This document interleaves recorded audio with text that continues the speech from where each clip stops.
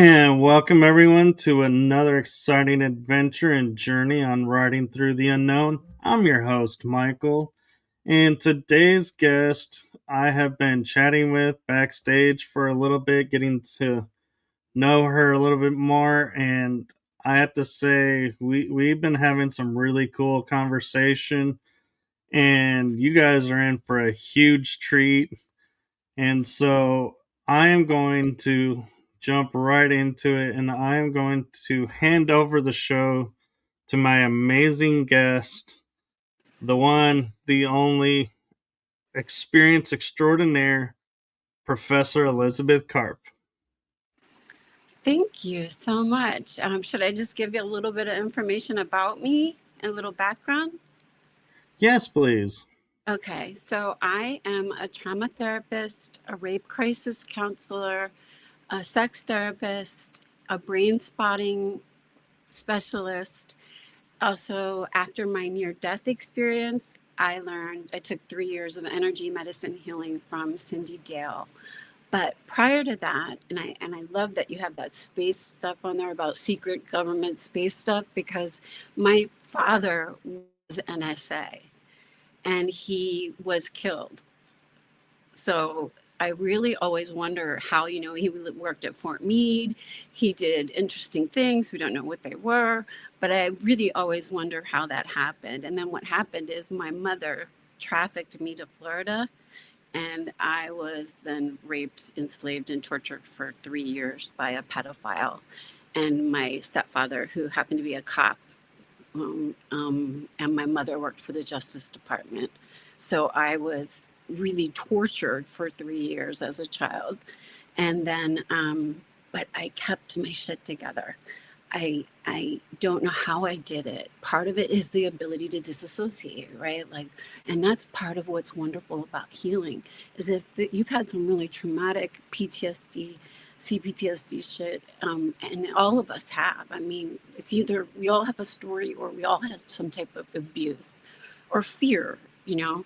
And so if you can take yourself to that place, like with this Navy SEAL training, if you can take yourself to this place where you are able to hold your point, where you have focused attention on one point, you're able to, instead of being like they're punching you in the stomach, they're doing everything they can to get you out of this, because that's what Navy SEAL guys fail, is the pull comp challenge.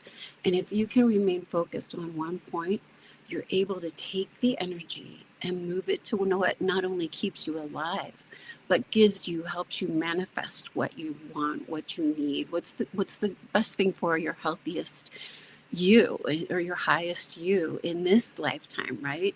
And that happens as a result of something that I created called God spotting. And I did it for individuals. I took like brain spotting, and what this does is helps to move the pain or the trauma or the abuse out of your body by helping you to identify it. Like if I hold this up for you right now, where are you feeling it? I would say feeling it in my It shoulder over here. Yeah, in your heart, in your in actually on the other side, not in your heart, but you're in your heart. I'm feeling it like a little bit over here, which is interesting. But yeah, so what we would do then is we would take that heart energy, and we would take it back. Well, first we would take you up. We would take you to a place where you drop all of your stones and all of the pain and anything that holds you back from creating what you desire. We let that all fall to the bottom of the riverbed. As you float, as you get clean, as you move into a higher space, you're able to kind of look back down and see your beautiful self as a 7-year-old or a 6-year-old, your perfect little state of brain, living in a state of wonder, in beauty, love. And you're able to kind of go back in and help to heal that energetically simply by being aware of it. And so we do that not with just, not with just trauma. We do that with the ability to open up like special pathways or special portals. And this all happened after my near-death experience. I was a trauma therapist, like CBT. You listen you listen and you ask the right questions. That's it. Um, but when I learned how to do brain spotting, all of my clients started to have mystical experiences. They started to say, "Oh my gosh, I had angels, and I met up with my guides, and this is the information that I got." And what did you get, Elizabeth? And like, you know, some people who are Christ consciousness oriented, if you, I don't really use that word simply because it's a put off for some people, but if that works for you, Jesus will come in, right? And you'll usually come kind of right into your forehead right here. The crown chakras where you feel the like a little shivering, okay, like a little bit of tingling when you start to think of this golden spiraling energy that enters through your crown chakra. And so there's just so many different ways to kind of ignite you and light you up and help you systematically guide you through conscious evolution. And so get over the traumas, because you don't want to like CBT, all you do is talk about them, and that just rewires them in your brain. But these other better, higher order, it's like passing self-actualization and just moving into embodiment by, I want to live in this lifetime in presence and being a source energy. I claim it, and it works. So I have, like over 260 testimonials. I have just a lot of people that I work with, including combat war veterans who have been involved with combat war, nurses, rape victims. Um, and what we do is we spend most of the time not talking about the trauma, but really moving, I don't know, moving into the upper room or the upper realm, where like you have a very deep connection to the Pleiadians. So you would most likely go into like a Pleiadian hospital, and they would stand around you, and they are big on lasers. Pleiadians do a lot of laser stuff. So they would stand around you and just give you, and you might be asleep. You might be doing this when you're asleep, but it's something that you will remember if you keep thinking about it. And usually it's all blue and it's a hospital, and you end up feeling better the next day. And right now I'm getting a lot of pink for you, and I don't know what pink is. Pink must be something to do with like divinely feminine energy. And that's on, let's see, I think that's on your left side, right? Yeah. Left side was that divine feminine energy, and you should be feeling it a little bit, the tingliness that's moving up your crown chakra. Do you feel it? Yeah, I feel it over here. Perfect. So, as a somatic therapist, as a trauma therapist, when I started to get the verifications of, oh yeah, I feel this here, or that's where it is right here. Well, the body keeps the score, and we don't have to wait around for you to talk it out. We don't have to wait around for you to. I prefer like people who've been through CBT and are like, I need this. I need the spiritual component. I need the part that helps me remember who I am, what I am, how I serve. And that's what this is. This kind of just helps you remember you're an expression of God. You came, or source energy, or creator energy, or whatever you want to call it. And you came into this planet in order to do a million different things. None of them are to suffer. And that now you're born at the perfect time to co-create, even though it's super chaotic right now, co-create the most beautiful and exquisite manifestation that is awaiting us, because starseeds like you didn't come in and experience this lifetime and all the heart for no reason. I mean, does that make sense? There's a lot of It starseeds who are, it hurts to live right now. It's painful. it does make sense, and I've heard that too, and I've often wondered, because my mind seems to be wired a little bit differently. It's like I view everything third person viewpoint instead of being emotionally. And what I mean by that is if something traumatic happens to me, I'm just like, okay, and able to and be like process it and everything, but I won't show emotion. But if I see something happen to somebody else, or watch a movie where, something happens, I'll show emotion. And it's like, it's strange to me that it's always like, why I cannot show emotion for myself easily, but I can effortlessly show emotion for others. I would say it's a wise thing to work on because we know that each tear has a little chemical makeup with it, so that when you cry out anguish or grief, that, like, literally that chemical gets cried out of you with it.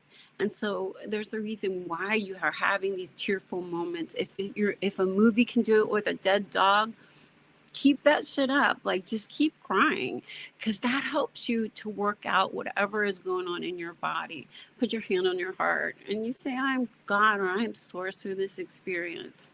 Like, anytime that you're getting like woken up a little bit, or not to put it that way, but anytime you're getting, you know, like angel wings from God, or like feathers from God, or the numbers 1111, like everybody gets the, like, all the synchronicities, you find a penny, pick it up. These are all like these beautiful synchronicities that happen to all of us while we're going through conscious evolution, while we're shifting into that move away from the 3D way of thought into that higher order way of being. And go ahead. You know, I just had this interesting thought pop in my head because, like, you're on Eastern time where I'm on Central time, and talking about like angel numbers. So, like, when we post, like, hey, it's 333, make your wish. Well, it just dawned on me, wait, but Eastern time, it's 433. Yeah, So, you're does it right. not work for them? I Because don't think it it's not works the that way. 333. I don't think it works that way. I think anytime you put good energy into the world, so like you're thinking high thoughts and you're thinking about what can I do to make the world better? And oh, look, that number just helps me be that better person. You know what I mean? Like, that's not gonna, like, we're not looking for 666, right? Like, we're looking for 1111. We'll take that one. Right. Like that's what I'm saying. Is so when you're kind of look for good, you find it, and it can be uplifting. If you're if you want to be like, yeah, like I don't know, I wouldn't question it. I don't know enough about it to be able to answer that question, because I think time is a man-made or a human-made construct, and so it's probably all the same time. We're all at the same time in different layers of existence, is my understanding. So I don't know if I don't know about time.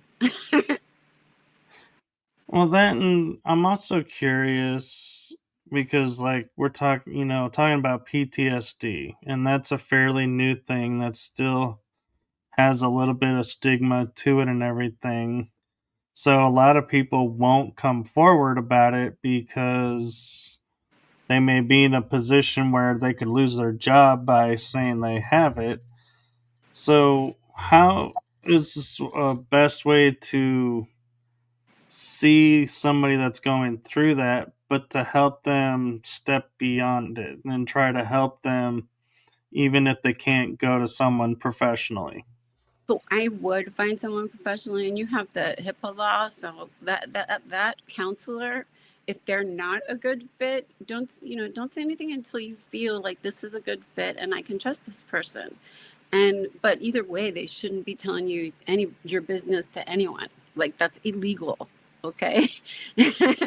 Oh, no, um no. I'm meaning, like, like, if a guy says works for a company and is experiencing PTSD and goes to the company and says, "Hey, I have PTSD," they may say, "Oh, that's going to interfere with your work, so we may have to let you go." Not that the therapist is sharing. their information. Yeah. Well, that's like that would be a comp law. That would be workers' comp. I guess I'm trying to take this question and look at it from all angles. And I think the most relevant one would be that um, that if first of all, we would want that you never want to bring it into the earth. Like it's like witch, like words, you never want to bring into the earth anything that doesn't serve you for your highest being. And so, you know, you want to be an optimist. You want to be looking for good because that's how you bring it into the world. If you're, so what I'm saying is like cops who have had who have or firemen who have PTSD. I've worked with them before. I've worked with particularly this great fireman he fought the fires in California with the huge where you fly over, and I mean he was a big deal firefighter, and I can talk about him because I'm not saying his name, and I'm not a trauma therapist any longer. I'm an author and a filmmaker and a person who created God Spotting and an expert witness. I'm an expert witness when it comes to rape and child sex abuse, so I can testify in trials. But on the other side of that, um, I'm also a minister. I like when my clients started to have these experiences that they couldn't explain, and everything is only ever good. So there's never any fear. We don't have any fear. If there's any fear, usually it has to do with one human being, just because we don't do this as much anymore, slowly gazing lovingly into your eyes because I don't know you, but I died. And to me, you're the most beautiful thing in the world. You're like all things like just a beautiful puppy. You're like, you're gorgeous. And that's because I see who you are, what you are, how you serve, right? And so I see everybody as really attractive for the most part. Not everybody. Believe me, there's some unattractive people, but and I just mean that from their sparkleness. So when after that came in, and I was able to be, a trauma therapist doing brain spotting, I realized I was putting them in a mystical place that they could meet their angels and their guides, move up to this higher room or higher realm. Like for some people, it's a meadow or a field or flowers. For other people, it's waterfalls. For other people, it's just like hanging out with the consciousness energy. Jesus, just like sitting on I don't know. He comes to people usually when he's about 16 years old. Don't ask me why, but that's which one works with me. um, you'll get a lot of information from like ISIS, and not ISIS, but not bad ISIS, but good ISIS, and I like the Eye of Ra, and Egypt. If you spent any time in those areas, and then you created things that were here to unfold what's happening right now, which is conscious evolution, you'll go back to like your pyramid. You'll sit on top of your pyramid.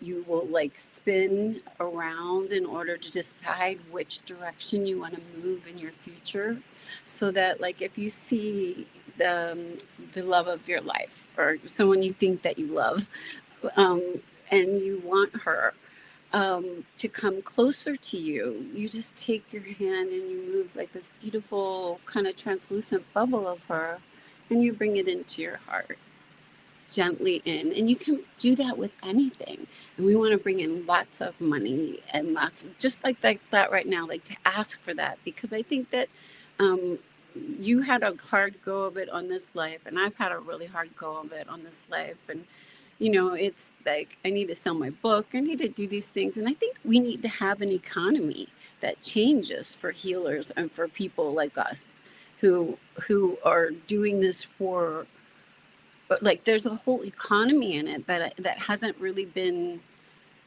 I don't know, taken advantage of.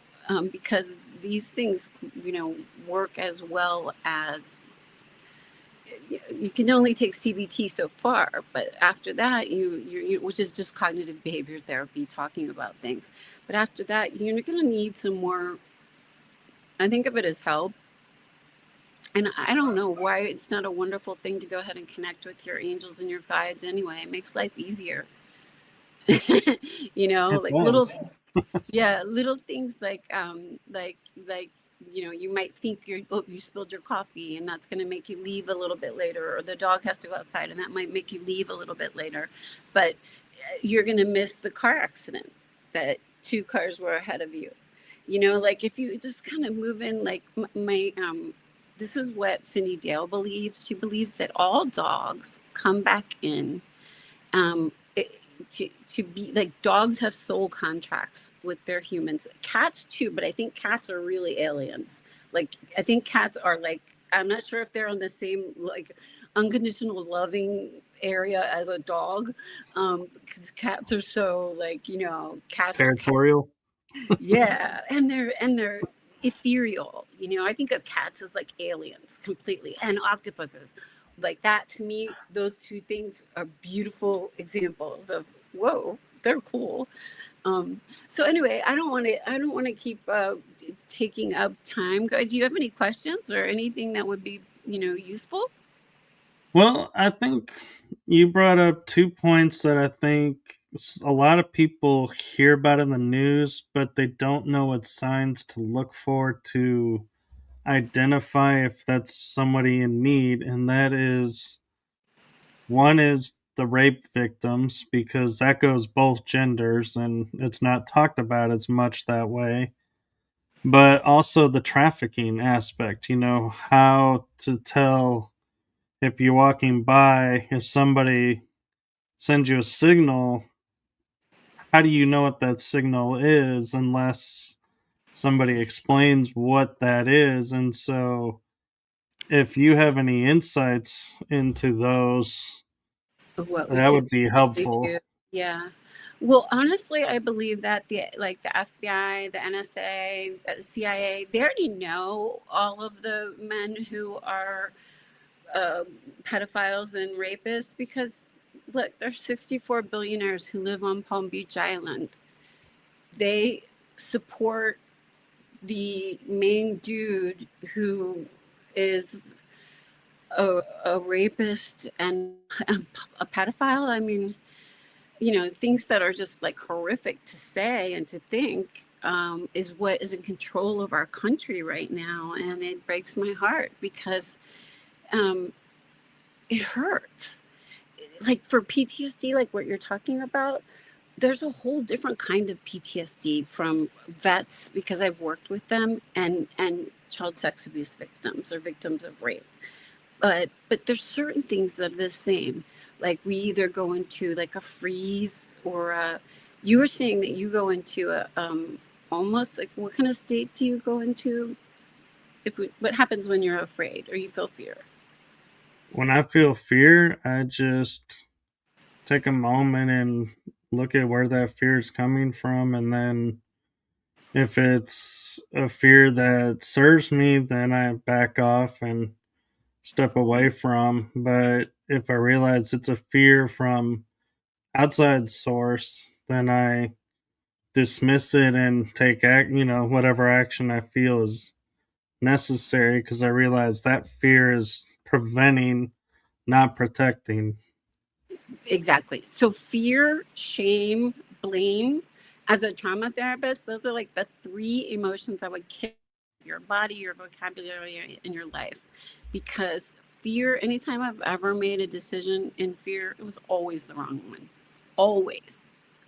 Never the right one. And I think you'll get the same answer if you look at, like, if whenever you make a decision in fear. Um, so, I mean, I don't think fear is useful in any way. I think fear only creates more fear. So I never find it to have like, in my when I'm in my sessions with people, we're at such a trusting place. And that was the only thing I was talking about, is fear this is kind of looping back to that, is that the only time that you can have a little bit of fear is when we're moving to that space of complete trust and calm and a loving connection with a stranger who I can see God in you because you're sparkly and it's real. Like, you know what I mean? I'm not faking Right. anything. I can see everybody like that. So I can work with everybody. And the main thing is to help you get to the space where in your own, and I know you already do this, but like just to weave it, like it helps to kind of weave it so you never have any second thoughts and you go with what you feel, right? Because it's always going to be for your highest good. So what I understand is like what's done in Vegas stays in Vegas. And I understand the same thing is true of like the upper room. What's done in the upper room stays. So what's created in the upper room.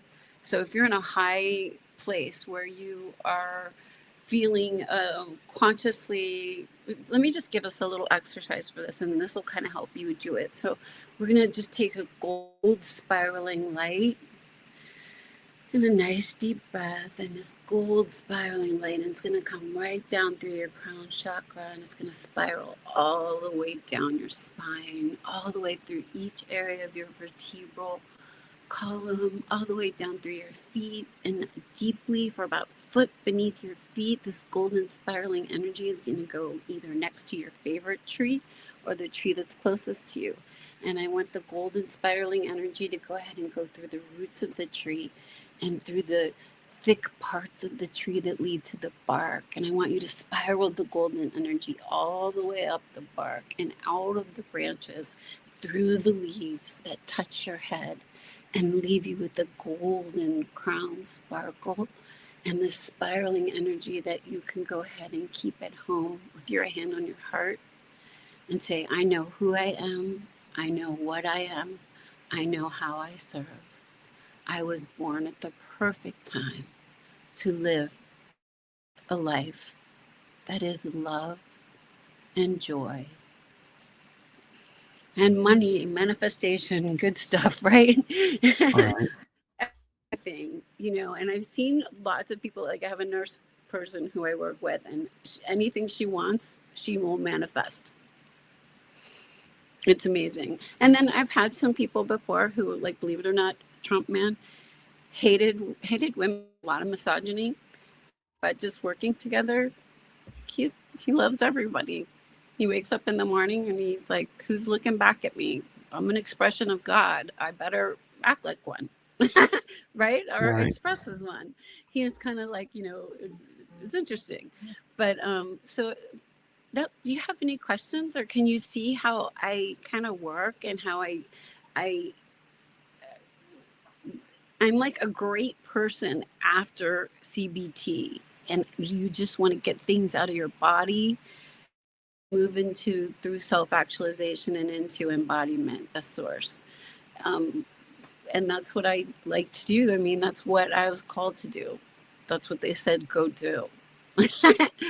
So, Well, one question I have for you is, did a lot of this work happen before your near death experience and then it after that transformed to what it is now, or was there a catalyst that happened that okay. led to the near death that brought it to So play?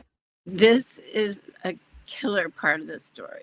So we know my mother gave me to a pedophile. His name is Paul Belt. I never get a cease and desist in Catonsville, Maryland, because what I'm saying is the truth, and I have hundreds of witnesses and an open SVU case because I never stopped talking about it. And Maryland doesn't have a statute of limitations. Florida is a kind of like a haven for pedophiles and rapists. So they wouldn't help me in any way, even though I begged them. I begged like 40 sheriffs in Florida to help, help me get a case together against this man. But it took Mo Greenberg. I was writing about it on LinkedIn. So I was 50. This was 36 years after the crimes had happened. And I was 50 years old, and I I had actually had to have a total jaw reconstruction, and that's when I died. It was a 6-hour surgery because he had damaged my jaw joints and had just destroyed this nerve called the trigeminal neuralgia nerve. So it was extremely painful. Like I was either going to die or I had to get the surgery. And so that's when I died during the surgery. I was like, I was going in that direction no matter what for a little while. And so what happened is during that time, my mouth was wired shut and I started to write on LinkedIn. This is way before Me Too. This is 2 years before Me Too, about what it was like being a child rape victim and a child sex slave, and how horrific it was. And Mo Greenberg, my hero of my book, which is called Making Dark Visible, um, is a cop. He's an SVU cop from Baltimore, Maryland. He flew me up there and he opened up a case on my behalf so that I could try to get justice. But what's interesting is at the same time, I was going through, okay, so I had to go back and relive the traumas of childhood, which was really hard to do. And I couldn't figure out how to write them. I had to tell somebody. That's why storytelling and your podcast is so brilliant, because people need to talk about things in order to help them feel better and then help them move to the next level of where do you go, right? Because there's other things to do with healing. And so I was very traumatized. I was enslaved, raped, and tortured for 3 years every day. And my mother knew, my stepfather knew, he was a cop, and no one was going to help me. My sister knew, like, no one was going to help me. And so I just endured this. But it took me 36 years to write about it on LinkedIn while my mouth was wired shut and I couldn't talk, which is the worst thing that you could do for a child rape victim, because he raped me in my mouth a lot. And that's really that's where your body score. That kept a lot of the score. And so what happened is my ex-husband read what I had written, and he filed for divorce from me and made me and my oldest daughter homeless for 6 months. My mother gave a gun to my child rapist to take me out. Literally, I'm not kidding, to get rid of me, because I was starting to talk, and they knew, I was trafficked in 2 states. They knew what they did to me for 3 years was truly a crime and evil and torture and human trafficking and, all of these things. And my mother Mo Greenberg wants to hold my mother responsible too. But nobody, wants to get it like an 80-year-old and put them in jail. But I'm all for it. I'm all for the consequences of both my mother and the man that raped and tortured me and enslaved me for 3 years. Because I've had to live with so much pain, and I've had to live with so much. So anyway, I died during that NDE. At the same time, so the NDE was a little bit before, but so I started to get interested in conscious evolution, shifting. I listened to a lot of Paul Selig. I don't know if you're familiar with him. He does a lot of channeling for Melchizedek. And I started to just get, listening to angels, listening to guides, like getting more psychic, getting clairaudient, getting clairvoyant, getting cognizant. And that's really what happens with my clients, is they get the same way. We just I'm like a little portal to help them do that on their own. So I didn't really believe in God before this, like, much. I had angels when I was a little girl. Like, after my father died, I had angels that came up to the roof of my ceiling. I think, angels when I was vaginally raped for the first time. I disassociated completely head from my body, and I could see like the little tan lines on my body and just it being harmed and tortured, but my head was not staying on that body. So I think there might have been some angel energy there because it didn't, I was far away from what was happening to me and couldn't feel the pain. So, I didn't necessarily believe in God, but then the near death experience happens and you don't really have any choice. And then I went back to work as a trauma therapist, and everybody's having mystical experiences. So I was like, this is beautiful. When is, but it's really hard. It's, I made up my own job because I'm a God spotting specialist, and and people don't know what that is, you know? Yeah, no, I agree, and it's beautiful how you turned it into such a gift for humanity. But, and I don't mean but like to mean going to a different space, but I'm more of, if people are in that position, what is some advice you can give them to survive the day to day? How did you manage for 3 years to survive, and then how did you break Don't free? don't do it for 3 years. Tell somebody, tell somebody you trust, tell your best friend, tell somebody who's got some balls, like not a guy, but like somebody who's got some balls of like, we know this is wrong, we'll take care of you, I'll hold your hand each step of the way. It's lovely if you have support, but frequently what happens, like 80% of the time when girls, they are not believed by the mothers. So, and the numbers that I'm working with are from Tim Tebow's foundation. So it's 1 in 3 girls and 1 in 6 boys.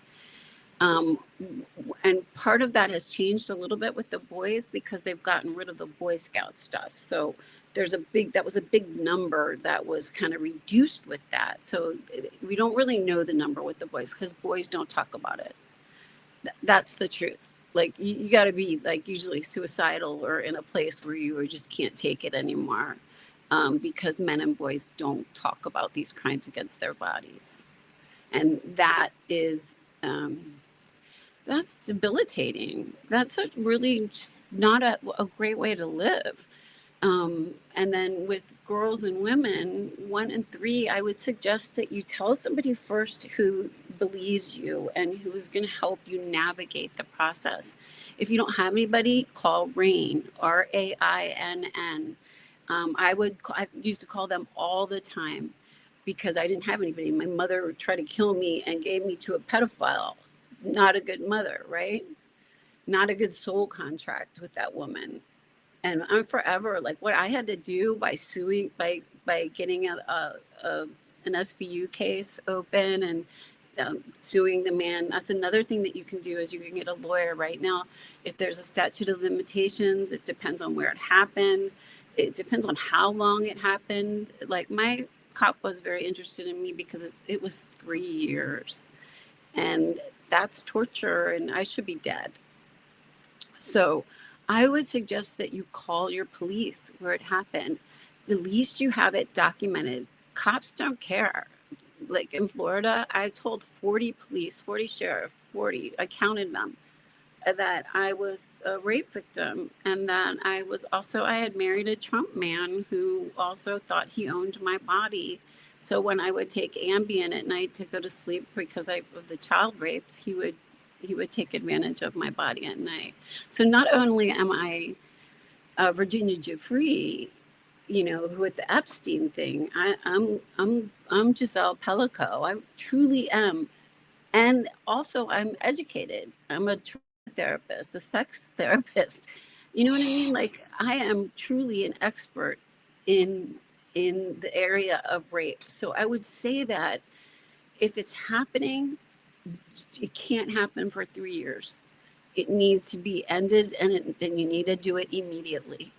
And you figure out where you're safe, and you find a safe person, and you call the police. You might get a terrible answer or a terrible response, but at least you've documented something. Okay. And that's how you get them. I would go on LinkedIn, honestly, track them down.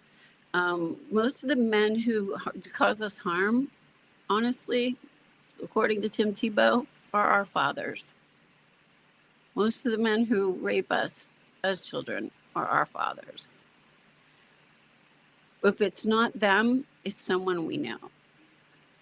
So it's a very, very American incestual rape culture that goes really thick.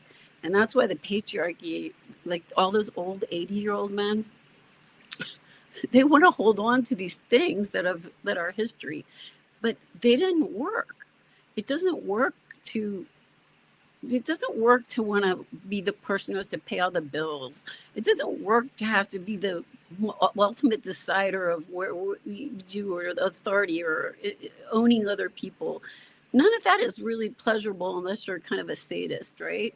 So most people don't want that job anyway. Most guys like your age or anybody under the age of like 45, they don't, they see things differently.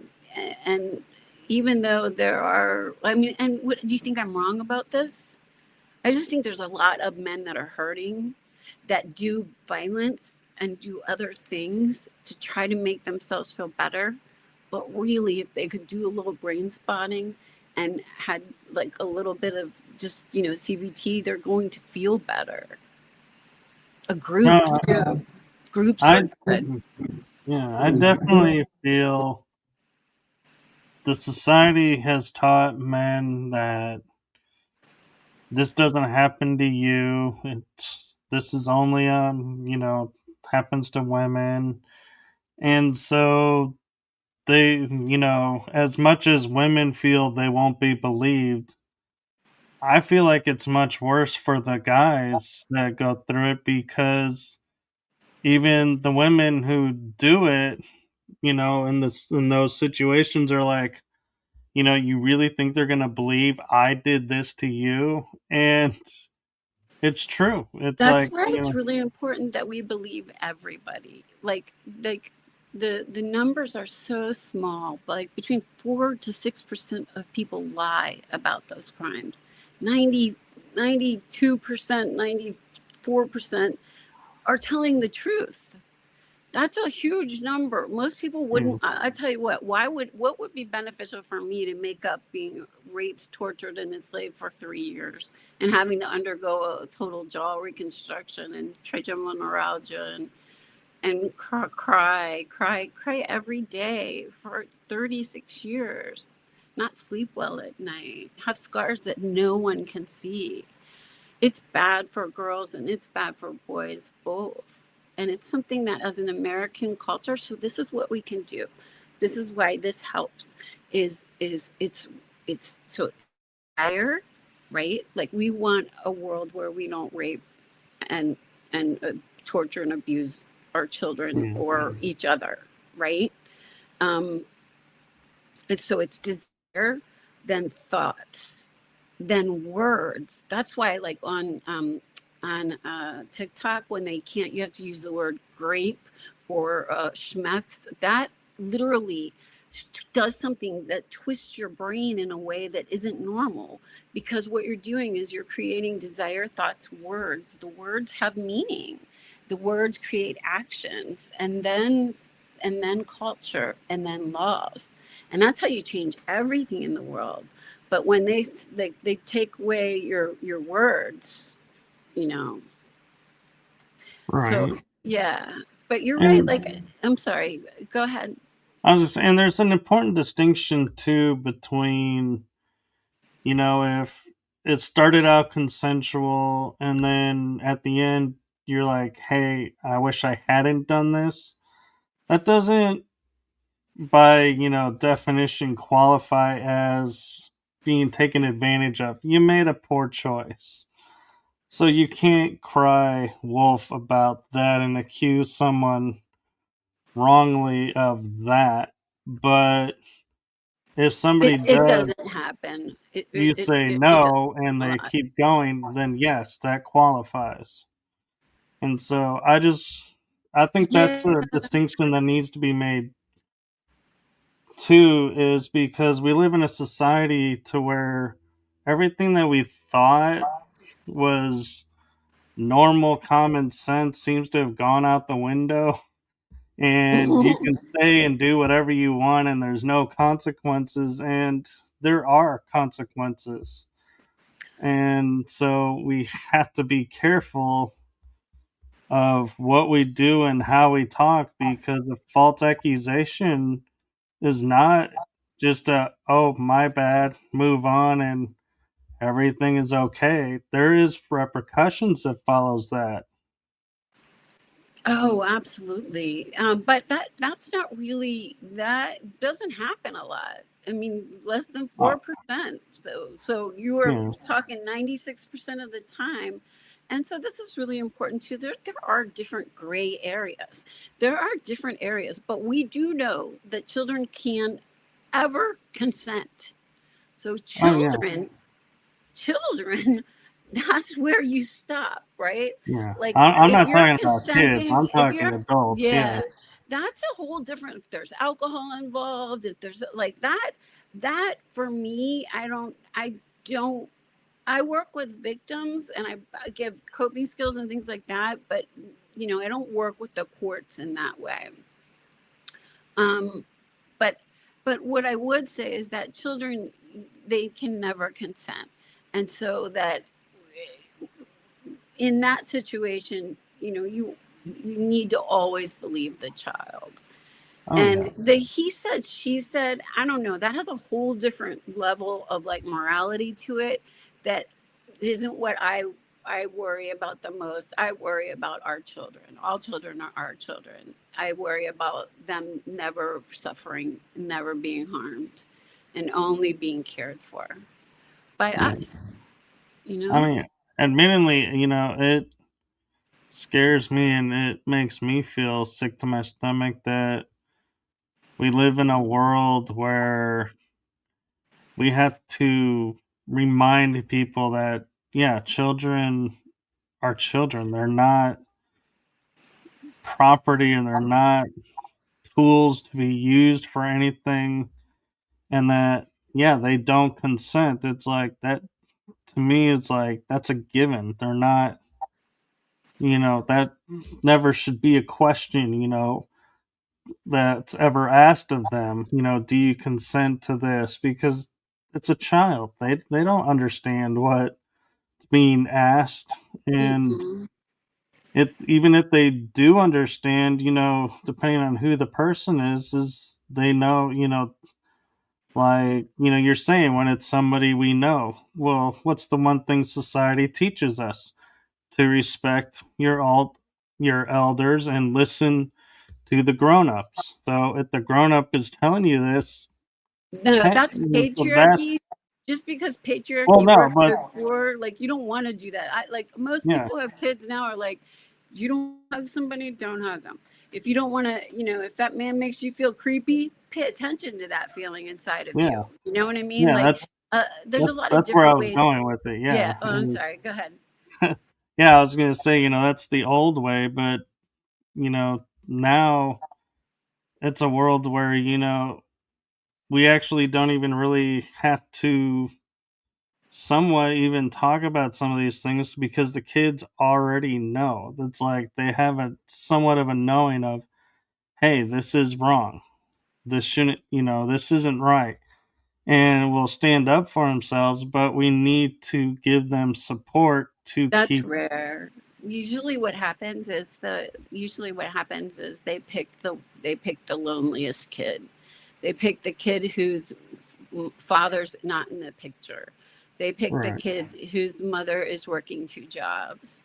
They pick that kid. Like that's Right. what That's what happened I mean. at Yeah, the we need to support them and yeah. create a stronger community bond with the kids, that Yeah. nobody is ever alone. Yeah, I agree with you there. I agree with, well, just, yeah, I agree with you. But like what I would like to do, honestly, is so I live in West Palm Beach. And this is where at Trumpstein, they did all of their shopping for the girls in West Palm Beach. They would go to, like travel trailers or, trailer parks, like where I went. I grew up in a trailer park when my mother took me to Florida and trafficked me in two states. Um, you know, I my book is really good. It's called Making Darkness Visible. So you want to make sure that, like, because it's got healing things in it. But I would think that what Florida should do, because we have 64 billionaires that live on Palm Beach Island, and that's during the seasons. You know what I mean? That those are oligarchs. Those are all the oligarchs who are in charge of our country right now. If we just, kind of taxed them and help them create centers, and we should have centers like veterans do, but better.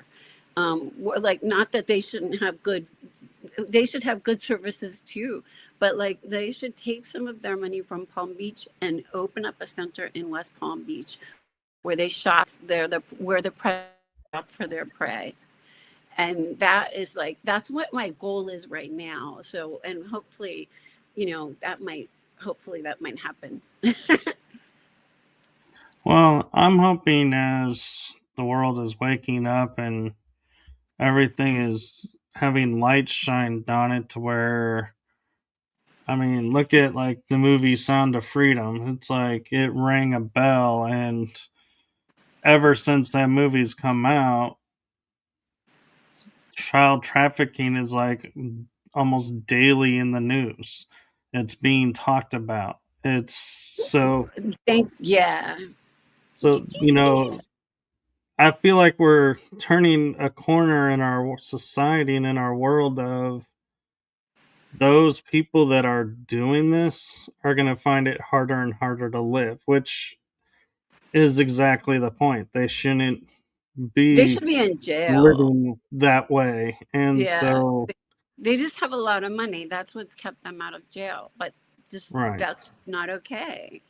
You know, if you do bad things to children and women, you need to pay for it, Yeah. And especially I in this mean, lifetime. yeah. And I even read somewhere, and I feel like this is the truth is even the worst criminals that have committed the worst crimes that are in prison, when they hear that somebody did something to a child, They take they care of it. will go and make their life hell and I are love like, that. you crossed the line. And it's like, I how love is that. it? I wish Yeah, everybody felt that way. yeah, it's like our biggest criminal element that is like the most heartless, soulless people are like the biggest hearts when it comes to you messed with a kid, You know we're gonna why? make you Because pay. there's It's there's like, so many who are put in jail because of what has happened to them in childhood. I mean, child sex abuse is a soul crime. It hits you at the soul, body, mind, and soul.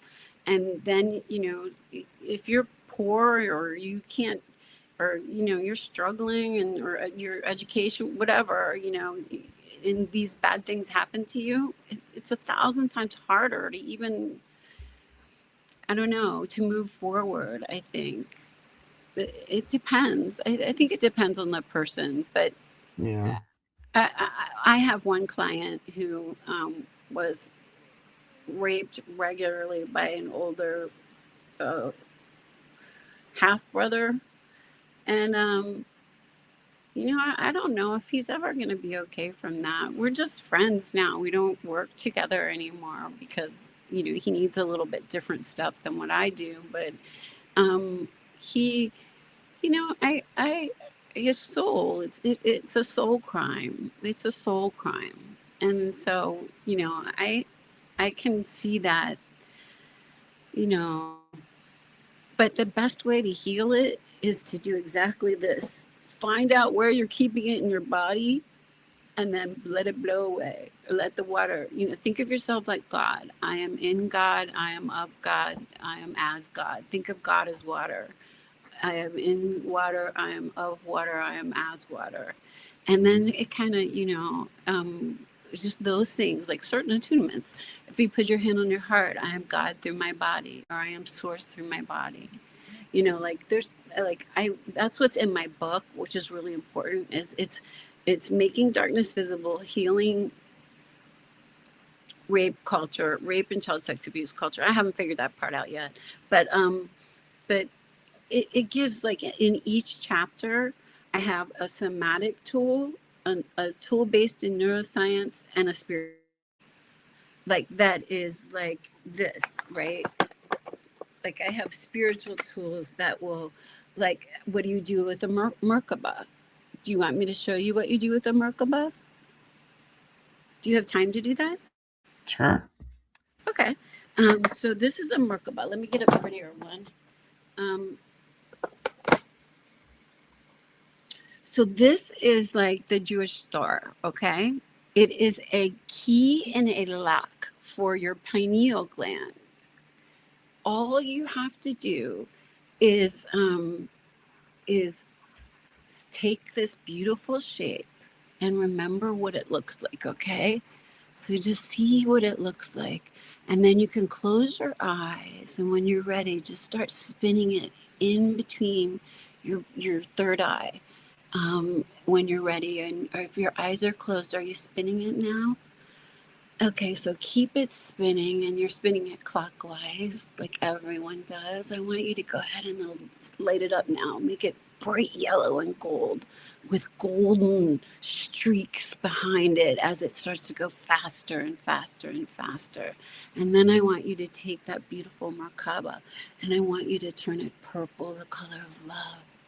And I want you to allow that purple Merkaba to spin all the way outside of your skull, all the way up through your crown chakra, back down and place itself in the lock and the key in the lock position.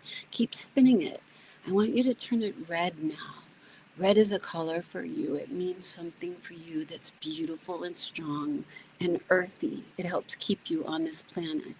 So we're going to turn this red just for a little while. And then when it's done, I'm going to go ahead and turn the whole thing a beautiful turquoise blue, like the water, like you are of the water, you are as water, you are in the water. You are of God, you are as God, you are in God. Keep spinning it and go ahead and turn it around and spin it in the other direction and turn the whole thing silver. And then allow your beautiful fingers to touch it, tip it, and go ahead and spin it in the other direction and turn the whole thing gold as you allow your lock and your key to be open for your third eye and your pineal gland. As you sleep better tonight, as you know who you are and what you are in truth and how you are in truth. You are the divine, manifest in field and form. So be it. God is here.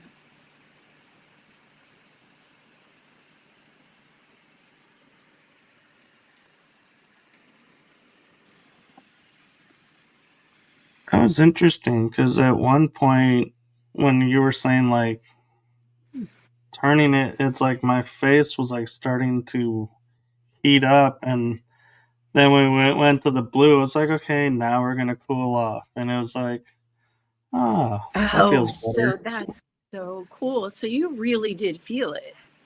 That's very interesting. You're the first person who's ever told me that. Like usually people tell me they get tingles, but you with the red came in and red never comes in.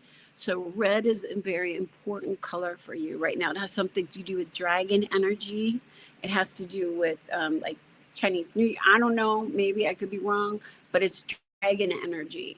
And dragon energy is always clean. So when there's chaos, you'll get dragon energy that comes in to clean up any of the mess of old problems that you've had, of old trauma, of old pain. And that's why that red came in. And I didn't know what to do with it. I think if we worked together more, I would have figured out a way to get that, because there was definitely a dragon there. And Oh yeah. I don't, did you see anything?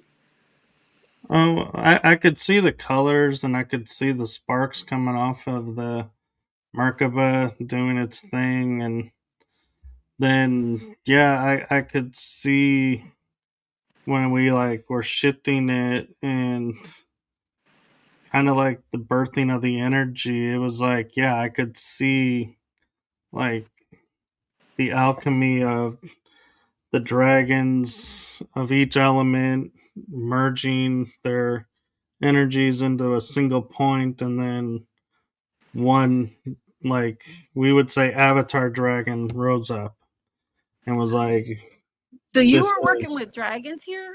Yeah. And then I'm brought up Red Dragon. That's pretty wild. That's synchronicity.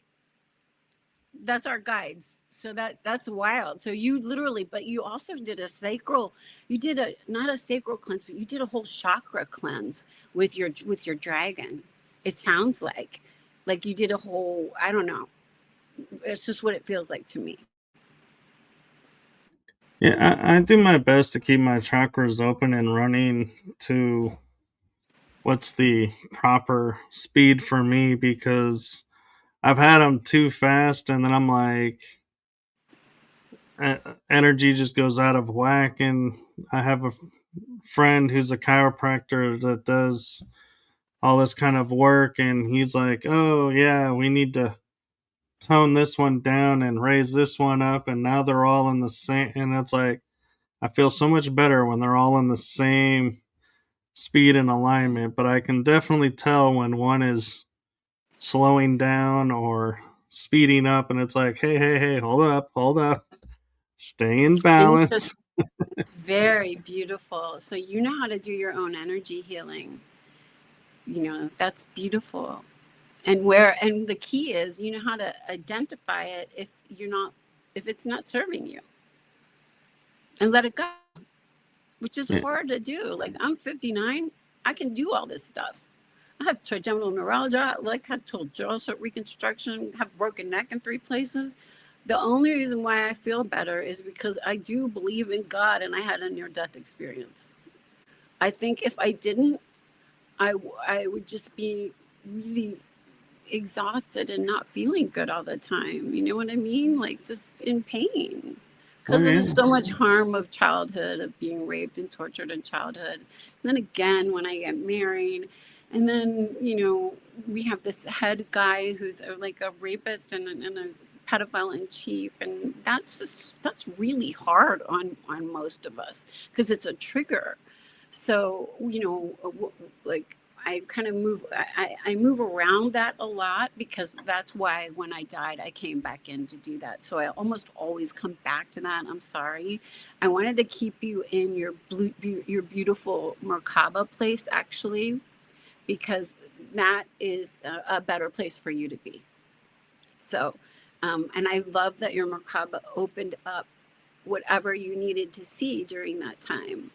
That's really beautiful. and when I was in my late 20s, early 30s, I would wear a Merkaba around my neck all the time on a necklace. So this was you, and that's Melchizedek, and that's Hmm. like a certain kind of angel, I think, right? Like, is it Merkaba like a certain angel, dude? Or Melchizedek, I believe, was one of the arcs, like Michael, Uriel, Periel, all of them. and teacher to teachers, they're always like Yes. teacher. Yeah, so cool.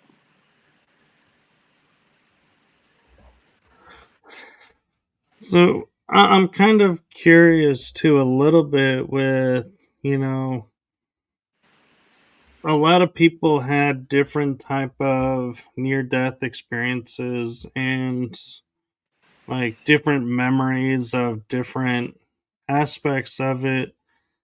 So my question to you is around yours is, do you feel like yours was like a catalyst point that was like, okay, this is the 0 point for the new you. We're starting you over and going I forward. I burned the old life down, literally. Like, I was homeless for a little while because my ex-husband was so cruel. And then I got divorced, and then my mother tried to kill me. And then all my friends left me. Like, I only had 3 friends to begin with because I'm, kind of selective, but they all left me. And they were all from the time of, like, when I knew when I was being abused. 2 of them I both knew when I was being abused in childhood. So I knew them that long. But once I got involved with the cops, everybody was very strange. And even my own mother was like, I'm not going to jail, like anything, like afraid. They were afraid for what they had done to me. They Right. really broke the law, and they committed horrific crimes for 3 years on a little girl's body. And so, you know, that that trauma, I mean, not everybody has that degree of trauma, right? But we all have a story. We all have something that has happened to us, and it doesn't necessarily have to be child sex abuse or rape or anything like that. It can just be like really bad parents, really like a shitty father or a shitty mother, and just really like just chopping up when you need to be loved and accepted for who and what you are. Most parents, this is the way I really believe right now, that if you raise your children in a way that lets them know that they are so deeply loved, and that they might go through ups and downs, and they might not always look pretty compared to what you want or what you might have wanted for them, but that I don't know, that you really rise by just it has something to do with like the divine feminine rising right now. It has something to do with being half your mother, half your father, and all source energy, and just allowing that energy to kind of guide you and be responsible for it. Does that make sense? It does. It's the time of the equalizing, and those that can, I feel like that can handle both the sacred masculine and sacred feminine will rise and, become their true nature and their true selves. Where those that are like, hey, I'm only going to embrace the divine feminine, or I'm only going to embrace the sacred masculine, they're going to fall to the wayside and be like, either disappeared, or they'll go somewhere else, or they just won't be No interacting with the duality. same. Yeah. Duality is not going to work anymore, because we're all one. We're all expressions of the creator. We're all wrapped in skin, and we came for these really interesting experiences, even if they feel shitty sometimes, and it's really hard right now to incarnate. um, and what we're doing to Gaia, and like the food that we eat, and it's like all consumptive. The corruption that has impacted us. So anything that you can do, even if it's just kind of like smiling at people and lifting energy, when you're responsible for that higher energy, people come with you, and you're like a light. You have a show and an opportunity and a network to be able to grow that and just create that. And that's like telepathy, which is happening for all of us anyway. um I don't know, it's I did not believe in God, I think, for a long time, and then I had my near death experience, and I couldn't not believe in God, because I was like, shit, I guess I have to go back and take care of my kids. And okay, no problem. I was laughing about writing a book. I'm like, no problem. I can write a book about child sex abuse. No problem. I can do that. And I'll end this. This is something we can check off the list.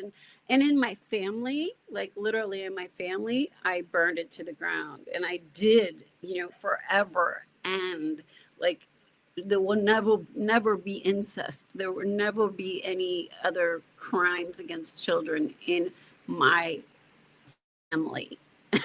You know what I mean? Because I took it apart so much. I don't have a mother anymore. I don't have a sister. I don't have those old friends. They blamed the victim, and that happens a lot. Yeah. Um, when yeah, it happens a lot more than what you would think. But and that makes it hard. That's where you need rain, and you need groups. There's groups, like I'm ready to start in West Palm Beach groups for survivors, because there's so many of them, and just sharing helps you feel better, you know. And an interesting factor, that I'll bring up, because I'm kind of surprised, it just dawned on me all this time we haven't talked about, we talked about family or somebody but it also was, well, I say is probably still in effect, rampant in the church. and religion. And so, and the church's answer, they would always be like, oh, well, we punished him by, removing him from where he was. And so you Mhm. think, oh, justice has been done. Where all they did was they put him somewhere else. And so Yeah. it's like, that's not a crime. That's just, he got caught. And so now you're moving him to another It made space that doesn't know. And I worked as an expert witness for a girl who was molested digitally by a nun during PE. She would molest her during PE in front of people. And I worked with the archdiocese on that case, and and they barely paid her. Like, they didn't pay her much of anything, and that had ruined her life. That, like, in every way. Like, how do you go to school when you've been embarrassed in front of everybody in school? And how do you, like, you know what I mean? Like, it's right. just these things. I think the church is so filthy. Honestly, I think what they should do is close it up and make all that gold, give it to all the countries that they colonized and raped and harmed women and children and murdered, genocided men. I think that they should take all that gold and all that money from the Vatican and give it to all the people that they raped. I mean, that's what I feel like. That's justice for me. Um, Yeah. I don't think that's going to happen. Do you? Yeah. No. And part of me also feels like even if it did, you have those people who are like, well, the world's been kicking me since I was down, and since they're now giving money for this, for, you just have to say it happened, they're going to rise up and say, hey, it happened to me too, even though it didn't. And it's like, it taints the reparation. And Not because a lot. Again, people, you got to believe you got to believe the victim. It does. Usually, what happens is a gotten away with transferred to he's raped hundreds of kids. I mean, that's the more likely, instead of being like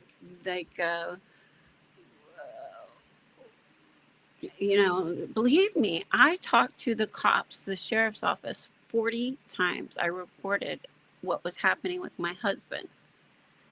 And 40 times they either put me in handcuffs, laughed at me, took me to a mental institution, because I said also that I had a near death experience and I could I was clairvoyant, clairaudient, I wouldn't any minor thing, you know what I mean? Like, that shouldn't have gotten me hospitalized, but my ex-husband had deep connections, and they just threw me. They wanted me to shut the fuck up. So believe me, my experience with talking has been, they don't want you to talk. And that has been part of the problem, is by saying, oh, well, if you say this, you're going to ruin his life. I was a sex therapist in Ponte Vedra Beach County. Sheriff Hardwick said to 3 girls who were raped by 3 different lacrosse players, you'll ruin his life. All 3 of those girls had to leave that county. They had to leave the county. They couldn't live in St. Johns County anymore because it had grown too much. Everybody knew what happened, and they protected the lacrosse players. And that's been the situation in every situation that I worked in a sex therapy case that involved any type of child sex abuse. yeah, The cops are useless. They've been useless unless you go to a place like Maryland that has no statute of limitations, and it had some funding to, it's a whole different vibe. Florida really is a haven for pedophiles and rapists.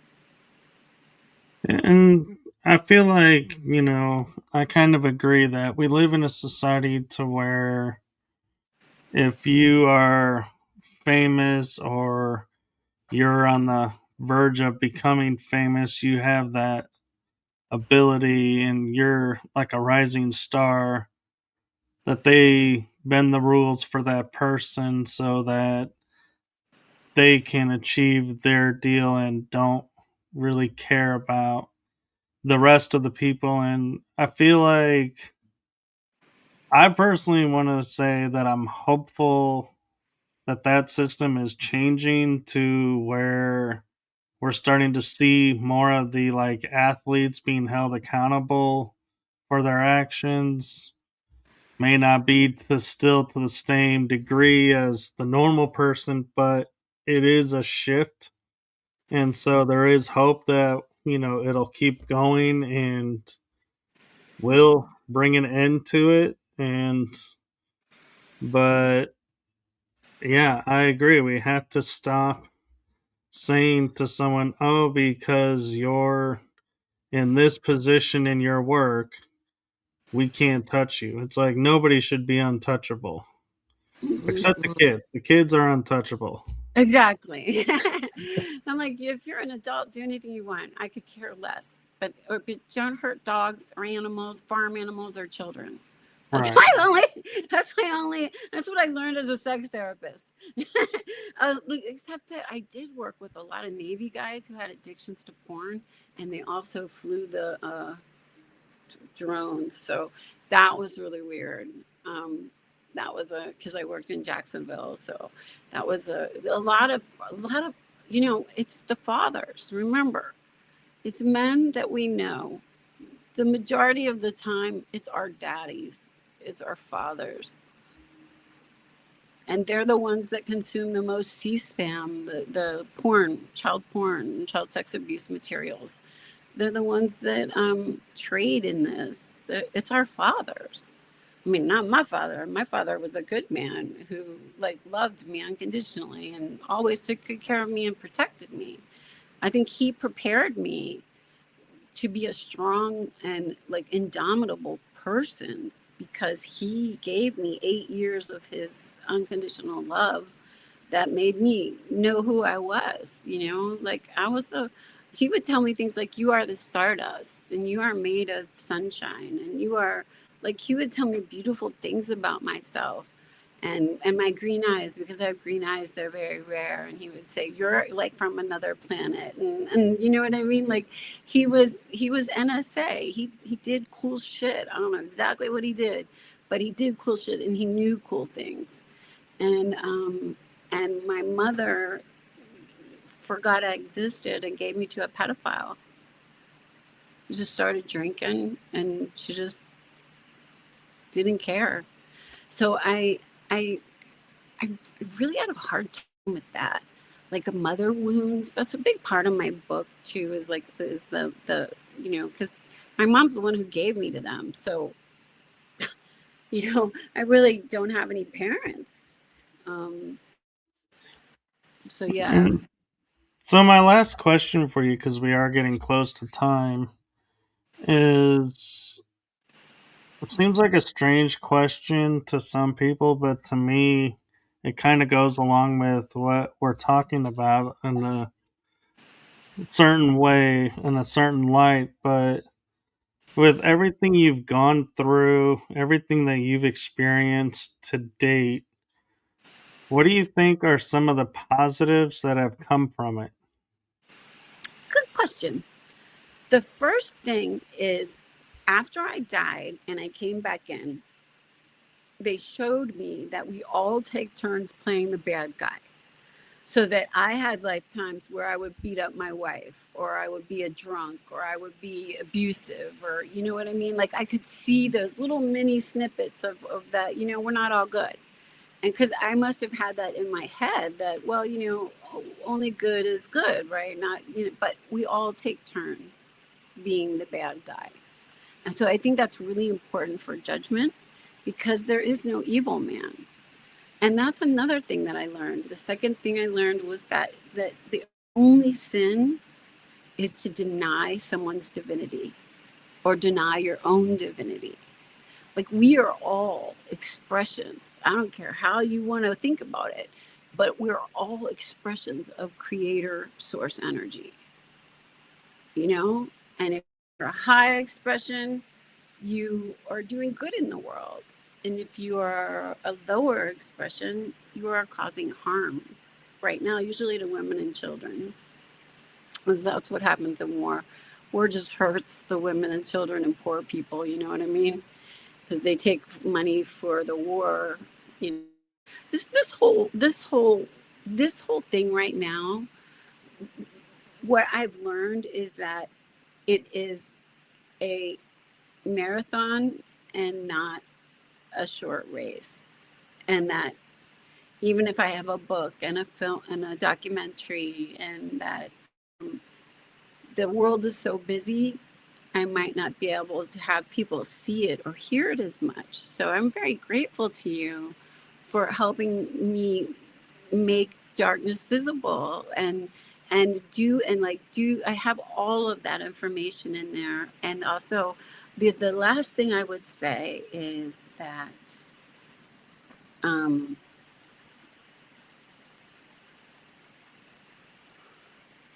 to recognize God in self and others.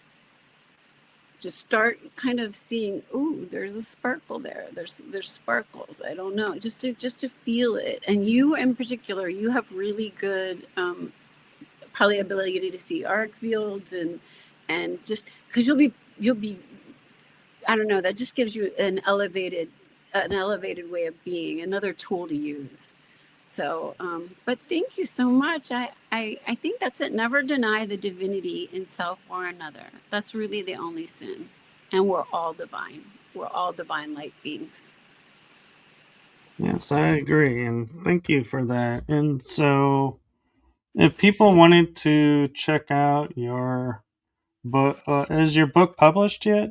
It's not published yet. Okay. I'm editing. I need a publisher, and I also need $8,000 for an EP for my documentary. So if anybody is interested in helping me get this, it's really, the book is a healing from rape and child sex abuse and C-PTSD, and it gives you tools to heal. So it's not like the body keeps the score, where it's just like, yeah, the body keeps the score. It says, and these are the 6 things that you're going to do if you want to feel better, you don't want to hurt, and we want to learn from this and not feel this way ever again, because it doesn't serve us, right? So we move on. um, and so I would say that is really the most important thing, is to see the divinity in then you lose everything that's negative, falls away when you know that there's a divine being having a human experience in front of you, who might be having a really shitty day or fuck something up, or isn't the best, is the highest energy. You can lift that energy by being the lighthouse or the beacon of good that you are, because you know who you are, what you are, and how you serve. And I just had a thought that popped in my head, and I'm curious your thought on it. Is, being from the point of view of the therapist and, experiencer, how do you keep from getting stuck in the trauma and the story? Oh, well, I did a ton of work. I did a shit ton of work. I tried every kind of modality for mental health that you could try, literally. If it's out there, I did it. Because I'm the kind of person that if I read a book or I go to an experience, I'm going to remember it and share it with you, right? If it works, that's just who I am as like a teacher. But, but I, oops, I dropped. Tell me what the question was really quick. It was, how do you keep from getting stuck in the story and trauma? That's interesting. So that's exactly what happens, is you will get like a tiny flashback. And that's how you can tell when you're talking to people who have trauma, if they drop for a moment, and they just like, they might get swallowed by the history of what happened without even putting it all together, right? Um, and then you just come kind of back into it. I'm super compassionate, and I kind of like, um, it brings me great joy when somebody goes into a trance and then they come out and they're like, I feel like a 7-year-old, and I saw Jesus, and I went skipping through this waterfall, and like, you know what I mean? Like, that lifts the world. That makes the world a better place in presence and being. And so the more I do it, the more healing it is. And then people can share that. Like, I think energy healers and people who are folks who are who haven't found an economy yet to like mental health professionals, they all want a way to bring a spiritual tool into it. That's what brain spotting and God spotting is. But I say healers use this, energy healers, anybody. It's like a tool. And I'm going to put a class together so that, because like the things that I gave you, anytime you're feeling a little anxious or a little tripped up, put that cube back in your head and spin it a little bit and remember, oh my gosh, I am God. Or I'm a beautiful expression of God, or whatever you want to call it. But yeah, I hope that answers the question. It does. Thank you. And the only thing left is I do have a message for you, and that is from my heart and the heart of my shows to you. Thank you for what you're doing for humanity. It's Well, seen, felt, and heard. yes. Well, thank you. It takes earth angels to do this stuff, right? Like, and we signed up for it, so it better happen during my lifetime. That's all.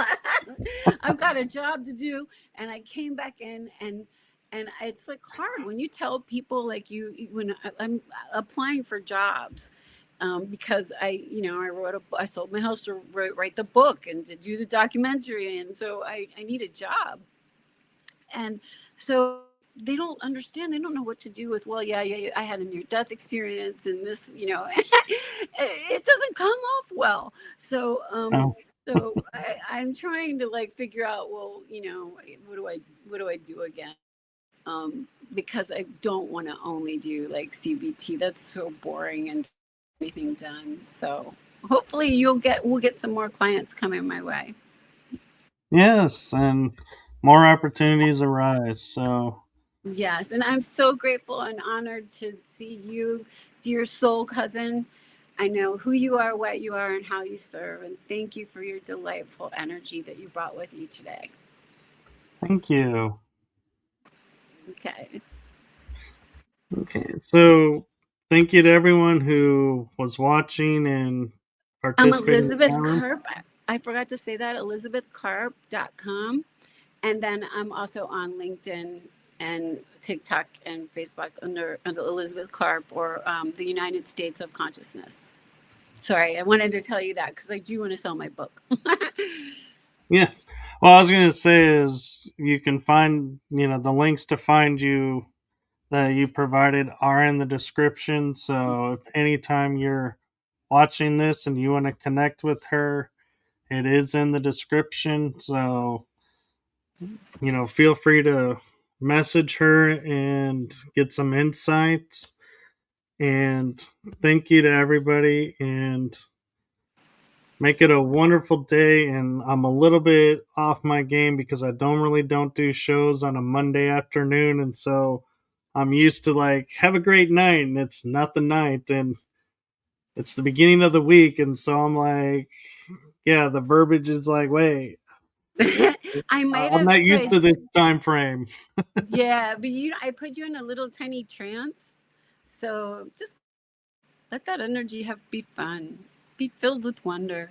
You know what I mean? The Oh little yeah. trance will hang on. So, you'll get a good night's sleep tonight, and then new thoughts come in the morning, and we'll do a beautiful purple bubble of protection all around you. That only good things come in and bad things bounce off. Okay? I like that. And it's funny you say, have fun with it, because I did a show on Friday and we were talking, and she mentioned, like being in the rural areas, and I was like, oh, like Future Farmers of America, and they go, yeah. And so we started and I started, seeing in my head Peanut from Jeff Dunham and going FFA, fa. We started making like jokes, and like we were kind of like livening up the show by going, yeah, and if ever you're getting down, just remember, you can be a card carrying member of FA. So yeah, I try to bring out my fun side as much as I can. Go silly. I totally think like God has a sense of humor. That's the other thing. God has a sense of humor and and and loves you like dogs love you. Yeah, They, unconditionally adore you. So enjoy and feel beloved. Don't don't forget that you are divinely connected to source, and that never goes away. And you can channel more in on the days that you need it. thank you, and that's the best way to end this. And so with that, I think we're gonna say good afternoon and switch out to the outro. And everyone enjoy the rest of your day, and I will see you on the rest of the episodes that I have this week on Tuesdays and Wednesdays. So bye bye, Thank you. everyone. Bye bye. Thank you.